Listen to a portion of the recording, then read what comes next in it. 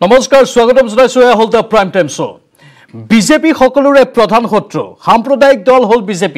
BJP উৎখাতৰ স্বাৰ্থত এই সকলো বিৰোধী দল ঐক্যবদ্ধ হ'ব লাগিব এই প্ৰস্তাৱ গ্ৰহণ কৰা হল আজিৰ আঞ্চলিক গণমৰ্চাৰ গুৱাহাটীৰ অভিৱৰ্তনত গৰিষ্ঠ সংখ্যক বিৰোধী দলৰ নেতাকৰ্মী আৰু আঞ্চলিক গণমৰ্চাৰ কৰ্মীয়ে অংশ লোৱা গুৱাহাটীৰ অভিৱৰ্তনতেই বিৰোধীয়ে বজালে আগন্তুক নিৰ্বাচনৰ ৰণসিঙা আঞ্চলিক গণমৰ্চাৰ ৰাজনৈতিক অভিৱৰ্তন অনুষ্ঠিত হল গুৱাহাটীৰ বৃন্দাবন গাৰ্ডেনত বিশিষ্ট সাংবাদিক তথা আঞ্চলিক গণমৰ্চাৰ মুখ্য উপদেষ্টা সাংসদ অজিত কুমাৰ ভূঞাই সভাপতিত্ব কৰা এই অভিৱৰ্তনখন উদ্বোধন কৰে বিশিষ্ট সাহিত্যিক বুদ্ধিজীৱী ডক্টৰ হীৰেন গোহাঁই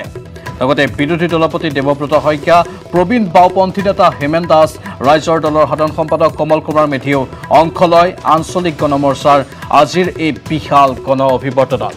বিজেপিয়ে দেশ বিক্ৰী কৰিলে বুলি তেওঁলোকে অভিযোগ কৰিছে বিজেপিয়ে জনসাধাৰণক পেটে ভাতে মাৰিব বিচাৰিছে বুলিও তেওঁলোকে এক ডাঙৰ বিস্ফোৰক মন্তব্য প্ৰকাশ কৰিছে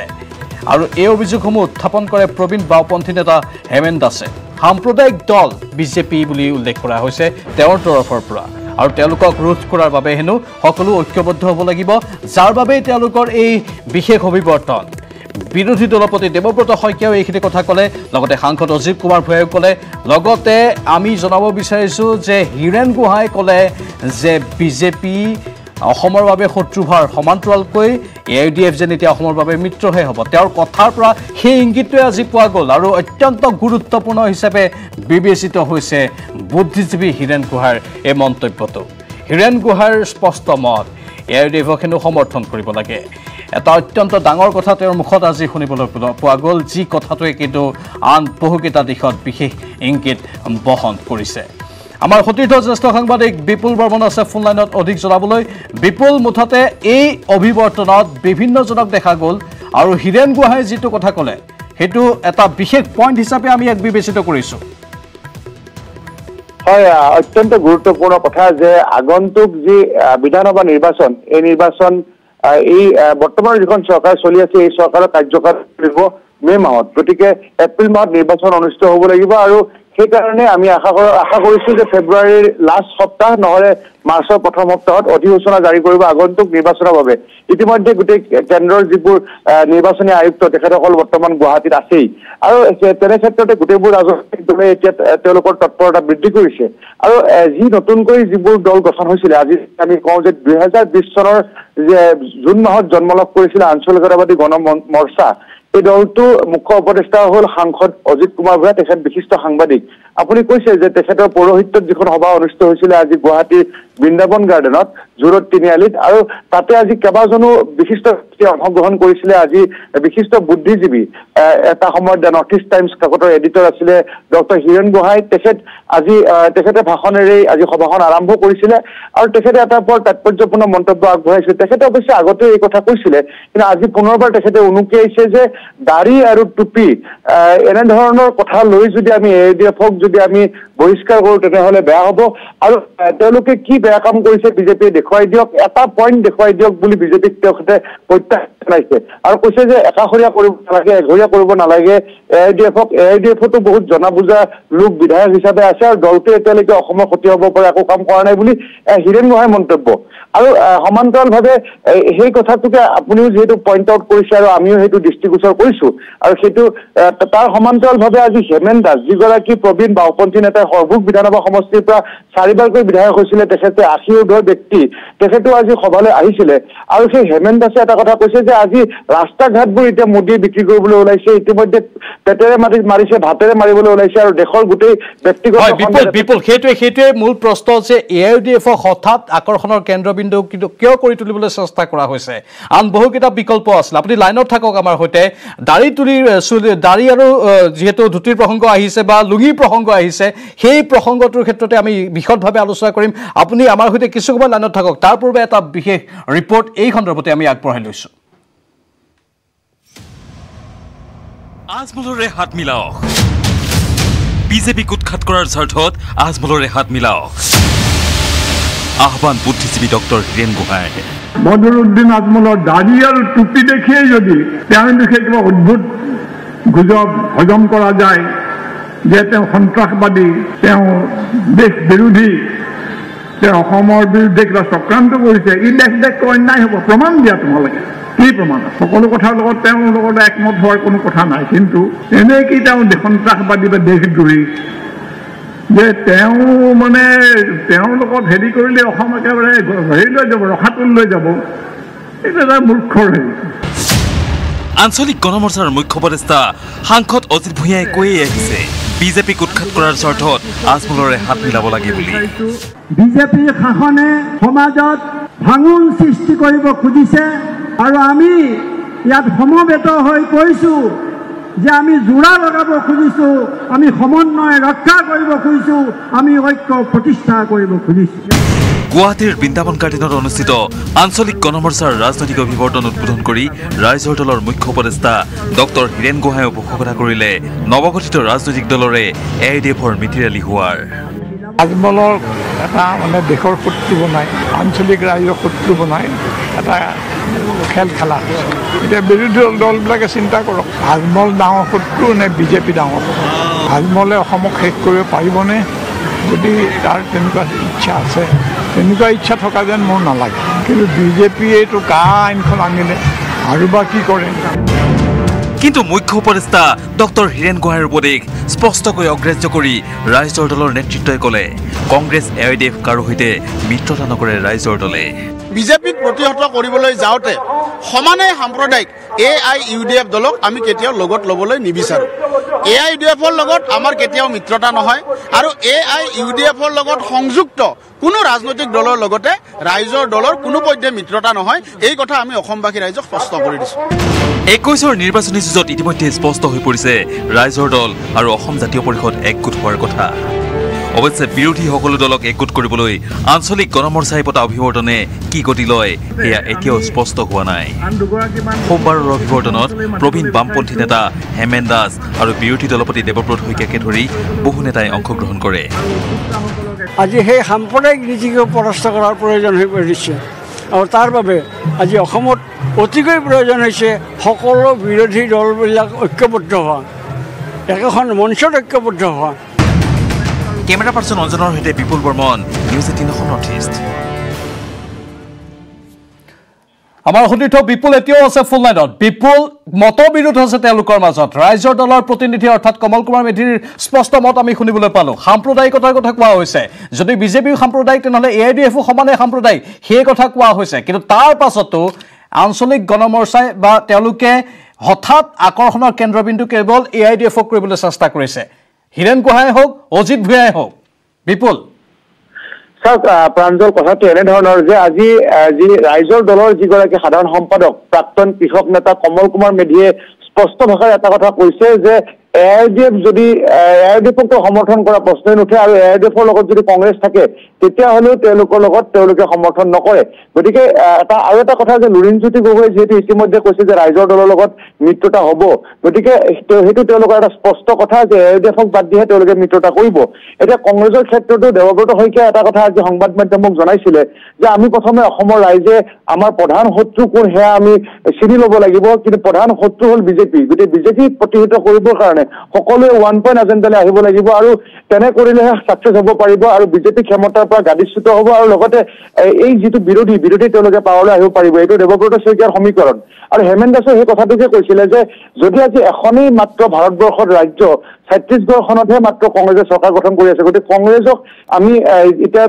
তেনেধৰণে ভয় খাব নালাগে, এটা কংগ্ৰেছৰ নেতৃত্ব হ'ব লাগিব বুলি কথা নাই, কিন্তু আমি সকলোৱে বিৰোধী একগোট হ'ব লাগে বুলি হেমেন দাসে কৈছিলে। গতিকে আজি যিখন আঞ্চলিকতাবাদী আঞ্চলিক গণমৰ্চাৰ যিখন অভিৱৰ্তন, এই অভিৱৰ্তন গুৱাহাটীত অনুষ্ঠিত কৰিছিলে আৰু ইয়াত সকলো দলৰ যথেষ্টখিনি দলৰ বিজেপিক বাদ দি আৰু ইয়াত আমি লুৰিণজ্যোতি দলৰ অসম জাতীয় পৰিষদৰ ব্যক্তিক দেখা নাছিলো, তাৰ বাহিৰে আটাইবোৰ দলৰ বুলি ক'লেও ভুল নহ'ব। সেই দলসমূহৰ যিসমূহ নেতা আজি মুনীন মহন্তৰ পৰা আদি কৰি আজি যি উদ্ধৱ বৰ্মন বিভিন্নজন নেতা তেখেতসকল আছিলে। গতিকে আজি কিন্তু এটা কথা, এই মিটিংখনত এই হীৰেন গোহাঁই তেখেতে যিটো কথা কৈছে যে AIDFৰ প্ৰসংগত যিখিনি কথা উল্লেখ কৰিছে সেই কথাখিনি কিন্তু আজি সকলোৱে সেই সভাখনত থকা লোকসকলে বিশেষভাৱে চৰ্চা হৈছিলে যে হীৰেন গোহাঁই ইয়াৰ আগতে এনেধৰণৰ কথা কৈ আহিছিলে, কিন্তু তেখেতে আচলতে আজি গণমৰ্চাৰ অভিৱৰ্তনত পুনৰবাৰ এই কথা উত্থাপন কৰি তেখেতে নিৰ্বাচনৰ প্ৰাক মুহূৰ্তত কি ধৰণৰ কথা সূচাবলৈ গৈ আছে আৰু সেই সময়তে আমি দেখিছিলো যে অলপ ব্যতিব্যস্ত হৈ আছিলে কমল কুমাৰ মেধি তেখেত মঞ্চৰ পৰা আঁতৰি আহিছিলে আৰু আঁতৰি আহি বাহিৰত আমাৰ সংবাদ মাধ্যমক এই ধৰণে ইণ্টাৰভিউ দিছিলে আটাইখিনিকে যে তেখেতসকলৰ নিজৰ মন্তব্যখিনি আগবঢ়াইছিলে কিন্তু হীৰেন গোহাঁই ডাঙৰীয়াই যিখিনি কথা কৈছিলে আপুনিতো শুনোৱালে আমাৰ সকলোৱে শুনিলে মই এবাৰ ক'ব বিচাৰিছো যে AIDFে সন্ত্ৰাসবাদমূলক কি ইমান বেয়া কাম কৰিছে AIDFে ইমান বেয়া কাম কৰা নাই গতিকে দাড়ি আৰু টুপি এই দুটা বস্তুকে দেখি AIDFক আমি বহিষ্কাৰ কৰিব নালাগিব বা অসমৰ পৰা বঞ্চিত কৰিব নালাগিব কিন্তু বিপুল অসমৰ মানুহে সাম্প্ৰদায়িক দল বুলি AIDFক ভাবে কাৰণ বিভিন্ন কথা আছে তাত আৰু তেওঁলোকে বিশেষকৈ বাংলাদেশী প্ৰীতি তেওঁলোকৰ আথাকা বুলিও মানুহে সাধাৰণতে বিশ্বাস কৰে যে যিসকল বাংলাদেশৰ পৰা প্ৰব্ৰজিত লোক যিসকল বহিৰাগত তেওঁলোকৰ প্ৰতি যেন তেওঁলোকৰ বিশেষ সদ্ভাৱ আছে সেই বুলি সকলোৱে কিন্তু বিশ্বাস কৰে এয়া অসমৰ জনসাধাৰণৰ কথা হয় প্ৰাঞ্জল চাওক এই সেইটো কাৰণেইতো সকলোৱে আজি AIDFক এটা আজি AIDFক ভাল নাপায় বা AIDFক এটা নিৰ্দিষ্ট সম্প্ৰদায়ৰ লোকেহে ভোট দিয়ে কিন্তু যে আজি তেওঁলোকে যে সেই সময়ত যেতিয়া IMDT এক্টক যেতিয়া বহিষ্কাৰ হৈছিলে IMDT বাতিল হৈছিলে তেতিয়া সেই দলটোৰ জন্ম হৈছিলে কিন্তু সমান্তৰালভাৱে এটা কথা যে আজি AIDFে কিন্তু 6-7 জন কিন্তু আজি তেওঁলোকে হিন্দু মানুহকো বিধায়ক বনাইছে এই কথাটো আজি বিভিন্ন ৰাজনৈতিক দলত চৰ্চা হৈছে কিন্তু এনেকুৱা নহয় যে ভাৰতীয় জনতা পাৰ্টিৰ এজনে সংখ্যালঘু বিধায়ক আছিলে তেওঁ কিন্তু মন্ত্ৰিত্ব নাপালে তেওঁ আজি উপাধ্যক্ষ পদত আছে গতিকে এইবোৰ কথা আমি এনেধৰণে কোৱাটো অনুচিত হ'ব কিন্তু আজি যিহেতু কোন কেনেকুৱা কোন সাম্প্ৰদায়িক IMDT এখন অসমৰ মানুহে বিচাৰিছিলে কাৰণ IMDT এখন আছিলে বাংলাদেশৰ ৰক্ষা কবচ সেইখন যেতিয়া বাতিল হোৱাৰ লগে লগে AIDFৰ জন্ম হ'ল গতিকে সেইকাৰণে AIDFক মানুহে ভাবে যে AIDF বাংলাদেশী প্ৰীতি দল আৰু AIDF সাম্প্ৰদায়িক দল কিন্তু এই যে বিগত সময়ত যিখিনি তেওঁলোকে MLA বনাই আছিলে আজি তেওঁলোকে 28টা সমষ্টিত তেওঁলোকে বিগত 2006 2011 2016ত তেওঁলোকে মুঠতে 28টা সমষ্টিত বিধায়ক বনাইছে যদি সঁচাকে বাংলাদেশী প্ৰীতি বা বাংলাদেশী মূলৰ এই দলক নিৰ্বাচন আয়োগৰ পৰা কিয় বহিষ্কাৰ নকৰে কিয় বেন নকৰে কিয় তেওঁলোকে 3জনকৈ সাংসদ জয়লাভ কৰিব পাৰিছিল ইয়াৰ আগতে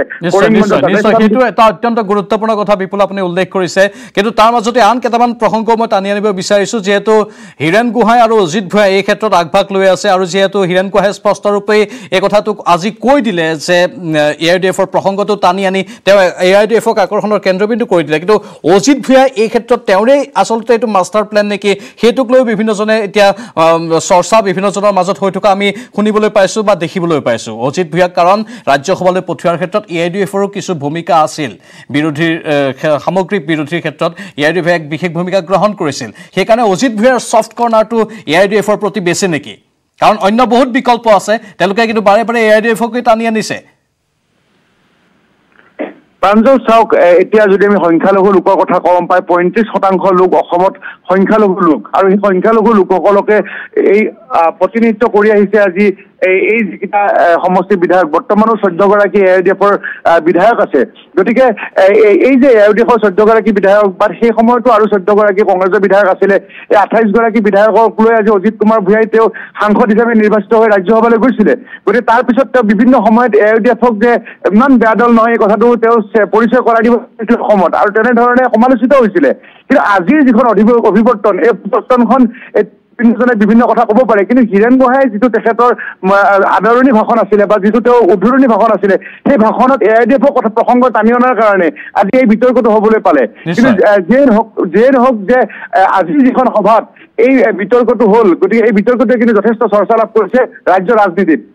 ধন্যবাদ জনাইছোঁ বিপুল এইখিনি তথ্যৰ বাবে ৰাজ্যৰ ৰাজনীতিত এই বিষয়টোৱে চৰ্চা লাভ কৰিছে আৰু আজি এই অভিৱৰ্তনত ৰাইজৰ দলেই হওক বা আন যিসকল প্ৰতিনিধি আছিল তেওঁলোকৰ মাজত মতবিৰোধে স্পষ্ট AIDFৰ প্ৰসংগ টানি অনাৰ বাবে সেয়া আমি দেখিবলৈ পালোঁ আৰু সেই ইছ্যুটোৱে আজি আমি আপোনালোকৰ বাবে আনিলোঁ আপোনালোকে এতিয়া বিচাৰ বিশ্লেষণ নিজেই কৰিব সামগ্ৰিকভাৱে এই বিষয়টোৰ ক্ষেত্ৰত তাৰ মাজতে আন এক খবৰ কাৰণ কংগ্ৰেছৰ মিত্ৰতাৰ কথা কৈ ভিতৰি এতিয়া কংগ্ৰেছৰ ভীতিৰ সিন্ধি খান্দিবলৈ তৎপৰ হৈ উঠিছে বদৰুদ্দিন আজমল নেতৃত্বাধীন AIDF ইয়াৰ চিন হিচাপে কংগ্ৰেছৰ দখলত থকা 3টা সমষ্টিত সাংগঠনিক ভেটি সুদৃঢ় কৰিবলৈ আজমলে চলাইছে চেষ্টা মুখত বদৰুদ্দিন আজমল নেতৃত্বাধীন AIDFে কংগ্ৰেছক কয় বিগ ব্ৰাদাৰ বুলি কিন্তু বিগ ব্ৰাদাৰ কংগ্ৰেছৰ সৈতে মিত্ৰতা কৰি আসন্ন বিধানসভাৰ নিৰ্বাচনত অৱতীৰ্ণ হোৱাৰ কথা কৈ আহিছে আজমলৰ দলে কিন্তু মুখত এটা ভিতৰি আন এটা কথা আহিছে AIDFে পুহি ৰাখিছে কি এতিয়া স্পষ্ট হৈ পৰিছে তাৰ প্ৰমাণ এখন কাৰ্যসূচী এয়া AIDFৰ দলীয় পেডত দলৰ সাধাৰণ সম্পাদক আমিনুল ইছলামে জাৰি কৰা কাৰ্যসূচী আমি দেখুৱাই আছোঁ এই কাৰ্যসূচীত উল্লেখ কৰা হৈছে AIDF প্ৰধান বদৰুদ্দিন আজমলৰ সাংগঠনিক কামত সমষ্টিভিত্তিক ভ্ৰমণসূচীৰ কথা এই কাৰ্যসূচী মতে কংগ্ৰেছৰ দখলত থকা 3টা সমষ্টিত ঘূৰিব আজমল 19 জানুৱাৰীত যাব বাঘবৰ সমষ্টিলৈ শ্বেৰমান আলীৰ দখলত থকা বাঘবৰ সমষ্টি এই হিচাপত এআইডিএফৰ টাৰ্গেটত আজমল যাব 27 জানুৱাৰীত লাহৰীঘাট সমষ্টিলৈ দীৰ্ঘদিনে কংগ্ৰেছৰ জ্যেষ্ঠ নেতা তথা প্ৰাক্তন মন্ত্ৰী ডক্টৰ নজৰুল ইছলামৰ দখলত থকা লাহৰীঘাট সমষ্টিও এআইডিএফৰ নজৰত আছে একেদৰে জাকিৰ হুছেইন সিকদাৰৰ দখলত থকা সৰুক্ষেত্ৰী সমষ্টিও ৰেহাই পোৱা নাই এআইডিএফৰ টাৰ্গেটৰ পৰা 30 জানুৱাৰীত আজমল যাব সৰুক্ষেত্ৰী সমষ্টিলৈ কংগ্ৰেছৰ দখলত থকা এই 3টা সমষ্টিত ঘূৰি পকি আজমলে নিজৰ কব্জালৈ অনাৰ পাং পাতিছে যিটো বিষয়ে কংগ্ৰেছৰ সংখ্যালঘু প্ৰধান সমষ্টিত ব্যাপক চৰ্চা লাভ কৰিছে সকলোৰে প্ৰশ্ন আসলতে কাৰ মানুহ বদৰুদ্দিন আজমল বিজেপিৰ এজেণ্ট নেকি আজমল নে কংগ্ৰেছৰে একাংশৰ ব্লুপ্ৰিণ্ট পথে কাম কৰিছে আজমলে বিষয়টোৱে ৰাজনৈতিক বিশ্লেষক মহলৰ মাজত এতিয়া চৰ্চাৰ কেন্দ্ৰবিন্দু হৈ পৰিছে মুঠতে যিখিনি কথা আমি আলোচনা কৰি আছো এআইডিএফৰ প্ৰসংগ টানি আনাৰ কথা তাৰ মাজতে এআইডিএফে বিশ্বাসঘাতকতা কৰিছে নেকি সেই প্ৰসংগটো এতিয়া সন্মুখলৈ আহিছে এনেধৰণৰ বহুকেইটা বিষয় একেলগে সকলোৰে মনত জুমুৰি দি ধৰিছে এই সন্দৰ্ভত আন এক ৰিপৰ্ট এইবাৰ আমি আগবঢ়াই লৈছো নতুন অংকত বদৰুদ্দিন আজমল কংগ্ৰেছৰ ভেটিত হিন্দীখন তাৰ ব্লুপ্ৰিণ্ট মুখত বদৰুদ্দিন আজমল নেতৃত্বাধীন এআইডিএফে কংগ্ৰেছক কয় বিগ ব্ৰাদাৰ বুলি বিগ ব্ৰাদাৰ কংগ্ৰেছৰ সৈতে মিত্ৰতা কৰি আসন্ন বিধানসভাৰ নিৰ্বাচনত অৱতীৰ্ণ হোৱাৰ কথা কৈ আহিছে আজমলৰ দলে কিন্তু মুখত এটা ভিতৰি আন এটা কথাই যে এআইডিএফে পুহি ৰাখিছে সেয়া এতিয়া স্পষ্ট হৈ পৰিছে তাৰ এই প্ৰমাণস্বৰূপে এইখন কাৰ্যসূচীলৈ মন কৰক এয়া এআইডিএফৰ দলীয় পেটত দলৰ সাধাৰণ সম্পাদক আমিনুল ইছলামে জাৰি কৰা কাৰ্যসূচী এই কাৰ্যসূচীত উল্লেখ কৰা হৈছে এআইডিএফ প্ৰধান বদৰুদ্দিন আজমলৰ সাংগঠনিক কামত সমষ্টিভিত্তিক ভ্ৰমণসূচীৰ কথা এই কাৰ্যসূচী মতে কংগ্ৰেছৰ দখলত থকা 3টা সমষ্টিত ঘূৰিব আজমল 19 জানুৱাৰীত যাব বাঘবৰ সমষ্টিলৈ শ্বেৰমান আলীৰ দখলত থকা বাঘবৰ সমষ্টি এই হিচাপত এআইডিএফৰ টাৰ্গেটত 27 জানুৱাৰীত লাহৰীঘাট সমষ্টিলৈ যাব আজমল দীৰ্ঘদিনে কংগ্ৰেছৰ জ্যেষ্ঠ নেতা তথা প্ৰাক্তন মন্ত্ৰী ডক্টৰ নজৰুল ইছলামৰ দখলত থকা লাহৰীঘাট সমষ্টিও এআইডিএফৰ নজৰত একেদৰে জাকিৰ হুছেইন সিকদাৰৰ দখলত থকা সৰুক্ষেত্ৰী সমষ্টিও ৰেহাই পোৱা নাই এআইডিএফৰ টাৰ্গেটৰ পৰা 30 জানুৱাৰীত আজমল যাব সৰুক্ষেত্ৰী সমষ্টিলৈ কংগ্ৰেছৰ দখলত থকা এই 3টা সমষ্টিত ঘূৰি পকি আজমলে নিজৰ দখললৈ অনাৰ ভাগ পাতিছে যিটো বিষয়ক কেন্দ্ৰ কৰি এতিয়া কংগ্ৰেছৰ সংখ্যালঘু প্ৰধান সমষ্টিত ব্যাপক চৰ্চা চলিছে সকলোৰে প্ৰশ্ন আসলতে কাৰ মানুহ বদৰুদ্দিন আজমল বিজেপিৰ এজেণ্ট নেকি আজমল নে কংগ্ৰেছৰ একাংশৰ ব্লুপ্ৰিণ্ট মতে কাম কৰিছে আজমলে বিষয়টোৱে ৰাজনৈতিক বিশ্লেষক মহলৰ মাজতো চৰ্চাৰ সৃষ্টি কৰিছে bureau report news 18 north east পুনৰ স্বাগতম জনাইছো আগন্তুক নিৰ্বাচনৰ বাবে অসমৰ ৰাজনীতিত বিৰোধীৰ ভূমিকা সন্দৰ্ভত আমি আলোচনা কৰি আছিলো বিৰতিৰ পূৰ্বে আৰু এআইডিএফৰ প্ৰসংগ উত্থাপন হৈ থকাৰ মাজতে কংগ্ৰেছৰ প্ৰসংগ আহিছে কাৰণ কংগ্ৰেছো এতিয়া সাজু হৈছে কংগ্ৰেছৰ এজনৰ পাছত আন এজন নেতা বাহিৰলৈ আহিছে বাহিৰৰ পৰা অসমলৈ আহিছে আৰু তেওঁলোকে অসমত আহি সামগ্ৰিক নিৰ্বাচনী প্ৰস্তুতিৰ বুজ লৈ আছে গুৱাহাটীত এবাৰ উপস্থিত হ'ল ছত্তীশগড়ৰ মুখ্যমন্ত্ৰী ভূপেশ বাঘেল আগন্তুক বিধানসভা নিৰ্বাচনৰ বাবে অসম প্ৰদেশ কংগ্ৰেছৰ পৰ্যবেক্ষক ৰূপে নিযুক্তি দিয়া হৈছে ভূপেশ বাঘেলক বিশেষ বিমানযোগে আজি বৰঝাৰ বিমানবন্দৰত উপস্থিত হ'ল বাঘেল আৰু বিমানবন্দৰতে কংগ্ৰেছৰ নেতৃবৰ্গই উষ্ম আদৰণি জনাই বাঘেলক ভূপেশ বাঘেলৰ লগত গুৱাহাটীত উপস্থিত হয় অসম প্ৰদেশ কংগ্ৰেছৰ প্ৰভাৰী মুকুল ৱাছনিক আৰু শাকিল আহমেদ খান বিমানবন্দৰৰ পৰা পোনে পোনে তেওঁলোক ৰাওনা হয় কামাখ্যা মন্দিৰলৈ তাৰ পাছতেই তেওঁলোক ৰাওনা হয় হোটেল তাজ বিমানতালৈ আৰু তাজ বিমানতাত কিছু সময় জিৰণি লৈ তেওঁলোকে আহি ৰাজীৱ ভৱনত সমবেত হয় আৰু বিশেষ বৈঠকত মিলিত হয় দুদিনীয়া ভ্ৰমণসূচীৰে অসমলৈ আহিছে ছত্তীশগড়ৰ মুখ্যমন্ত্ৰীগৰাকী আৰু তেওঁ নিজৰ দায়িত্ব সুচাৰুৰূপে পালন কৰাৰ কথা কৈছে আৰু আগন্তুক দিনত অসমত কংগ্ৰেছৰ ফলাফল ভাল হ'ব বুলি তেওঁ আশা প্ৰকাশ কৰিছে কি ক'লে তেওঁ এবাৰ শুনাই লৈছো कामाख्या देवी के दर्शन करने पहले भी आया हूं और यहाँ के कांग्रेसजनों से मुलाकात होती रही है अभी एआईसीसी के द्वारा मेरी ड्यूटी लगाई गई है उस संदर्भ में आया हूँ मुकुल वासनिक जी और जितेंद्र जी सब साथ में रहेंगे पीसीसी के द्वारा जो कार्यक्रम बनाया गया उसमें शामिल होंगे ইফালে অসমত আহি উপস্থিত হল নিৰ্বাচন আয়োগৰ দল তিনিদিনীয়া বিশেষ ভ্ৰমণসূচী হাতত লৈ গুৱাহাটীত উপস্থিত হল নিৰ্বাচন আয়োগৰ দল নিৰ্বাচন আয়োগৰ মুখ্য নিৰ্বাচনী বিষয়া সুনীল আৰোৰা সহ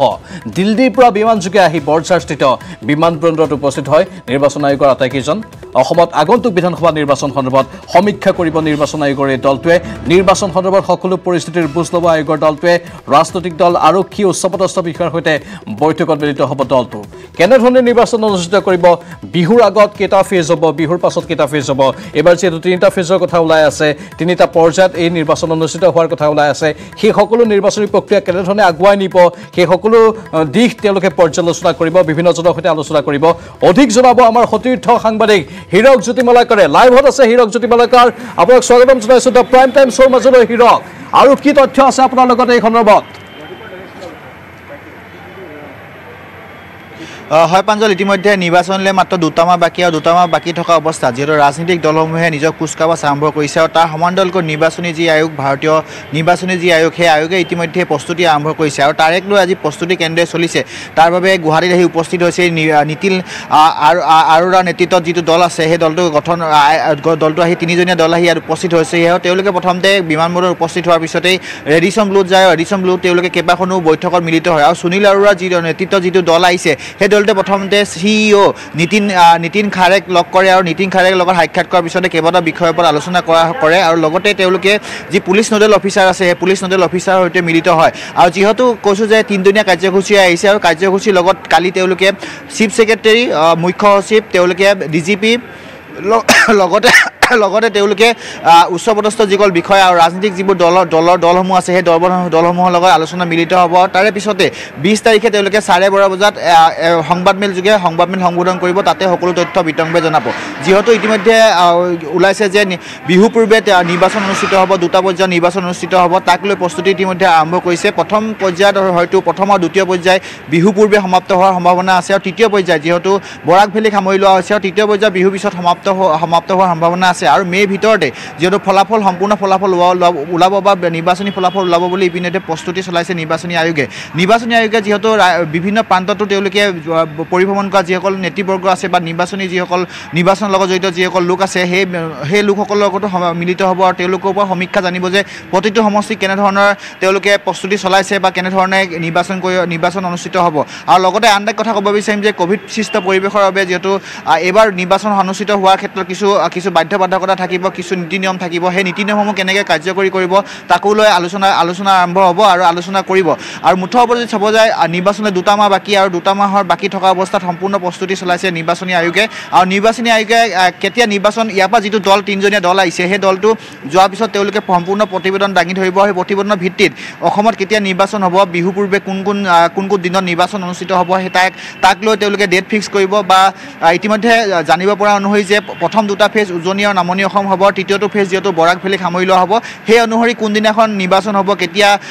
পুল হ'ব কেতিয়া ৰিজাল্ট দিয়া হ'ব এই সকলোবোৰ তথ্য তেওঁলোকে দাঙি ধৰিব আৰু ইতিমধ্যে তেওঁলোকৰ কেইবাখনো বৈঠকত মিলিত হৈছে আৰু বৈঠকত মিলিত হৈ তেওঁলোকে সকলোৱে মতামত গ্ৰহণ কৰিছে কালি যিহেতু মই কৈছোঁ যে আৰক্ষী আয়ুক্ত মুখ্য সচিব লগতে শীৰ্ষ যিসকল বিষয়া ইলেকশ্যন বিষয়া আৰু লগতে তেওঁলোকে যি ৰাজনৈতিক দলসমূহৰ নেতৃবৰ্গ আছে শীৰ্ষ নেতৃবৰ্গৰ সৈতে বৈঠকত মিলিত হ'ব কেইবাখনো পৃথকে বৈঠকত মিলিত হ'ব তেওঁলোকৰ মতামত জানিব আচলতে নিৰ্বাচনৰ সম্পৰ্কত তেওঁলোকে কেনেধৰণৰ মতামত আগবঢ়ায় আৰু মতামতৰ ভিত্তিত যিবোৰ মতামত দিয়ে তাৰে ভিত্তিত তেওঁলোকে ইয়াৰ পৰা যোৱাৰ পিছত গুৱাহাটীলৈ যোৱাৰ পিছত তেওঁলোকে সমীক্ষা দাঙি ধৰিব বা নিৰ্বাচন আয়োগ অধিক সক্ৰিয় হৈছে তেওঁলোক কঠোৰ হ'ব বহু ক্ষেত্ৰত অতি পুংখানুপুংখ ৰূপত সকলো দিশ চালি চাব কোনো যাতে ত্ৰুটি ৰৈ নাযায় কোনো ধৰণৰ বেমেজালি যাতে এই নিৰ্বাচনৰ সময়ত নহয় তাৰ ওপৰত বিশেষ দৃষ্টি তেওঁলোকে ৰাখিব আৰু সেইখিনি কথাই হয়তো আৰক্ষী প্ৰশাসনৰ বিষয়াসকলৰ সৈতে আলোচনা কৰিব নহয় জানো হীৰক হয় নিশ্চয় আপুনি কোৱাৰ ধৰণে যিহেতু আৰক্ষী প্ৰশাসনৰ যিসকল লোক আছে যাতে কোনো ধৰণৰ ৰৈ নাযায় তাৰ প্ৰতি লক্ষ্য ৰাখিব যিহেতু 5টা বছৰৰ পিছত বিধানসভাৰ নিৰ্বাচন অনুষ্ঠিত হ'ব তাতে সুকলমে সেই নিৰ্বাচন অনুষ্ঠিত হয় বা কেনেধৰণে পৰ্যায়ত অনুষ্ঠিত হয় ক'ত ভোটিং পল দিয়া হ'ব বা এনেধৰণৰ বিভিন্ন তেওঁলোকে প্ৰতিবেদন দাঙি ধৰিব আৰু মই এটা কথা ক'ব বিচাৰোঁ যে যিহেতু এইবাৰ মেট্ৰিক আৰু হায়াৰ ছেকেণ্ডেৰী পৰীক্ষাও পিছুৱাই দিয়া হৈছে মে' মাহত অনুষ্ঠিত কৰা ইতিমধ্যে মে' 10ৰ পৰা অনুষ্ঠিত কৰাৰ সিদ্ধান্ত গ্ৰহণ কৰিছে সেই মে' 10ৰ ভিতৰত যিবোৰ পুলিং চেণ্টাৰ আছে সেই পুলিং চেণ্টাৰসমূহ যেন খালী কৰাৰ ধৰণৰ কৰিব বা কেনেধৰণে শেষ কৰিব কাৰণ বহুতো পুলিং চেণ্টাৰ থাকে বা ভোটে ষ্ট্ৰং ৰুম থাকে বহুতো কেন্দ্ৰত পৰীক্ষা বিভিন্ন কেন্দ্ৰত সেই কেন্দ্ৰসমূহত কেনেদৰে মে' মাহৰ অৰ্থাৎ মে' মাহৰ প্ৰথম ভাগত কেনেদৰে শেষ কৰিব নিৰ্বাচন আয়োগে ফলাফল দিয়ালৈকে সেই সকলোবোৰ তথ্য তেওঁলোকে দাঙি ধৰিব বা সকলোবোৰ দিশ চোৱা চিতা কৰিব আৰু ইয়াৰ পৰা যোৱাৰ পিছত মই পুনৰ ক'ব বিচাৰিম যে ইয়াৰ পৰা দিল্লীলৈ উভতি যোৱাৰ পিছত তেওঁলোকে দিন বাৰ ঠেক কৰিব যে কেতিয়া নিৰ্বাচন হ'ব হয়তো ফেব্ৰুৱাৰী মাহৰ মাজভাগত তেওঁলোকে নিৰ্বাচনৰ দিন বাৰ ঘোষণা কৰাৰ পূৰ্ণ সম্ভাৱনা আছে প্ৰাঞ্জল ধন্যবাদ জনাইছোঁ হীৰক আপুনি কেইবাটাও গুৰুত্বপূৰ্ণ তথ্য প্ৰদান কৰিলে আমি পৰৱৰ্তী সময়ত আপোনাৰ সৈতে পুনৰ যোগাযোগ স্থাপন কৰিম আৰু এই সন্দৰ্ভত ধাৰাবাহিক ৰূপত খবৰসমূহ জনাই থাকিম দ্য প্ৰাইম টাইম শ্ব' চলি থাকিব কিন্তু পুনৰ সময় হৈছে বাণিজ্যিক বিৰতিৰ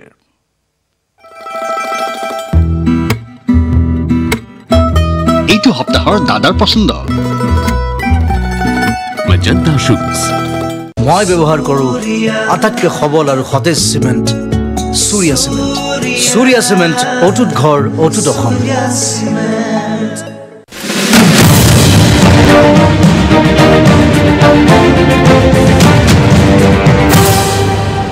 Sunsilk Pink Care চুলি দেখায়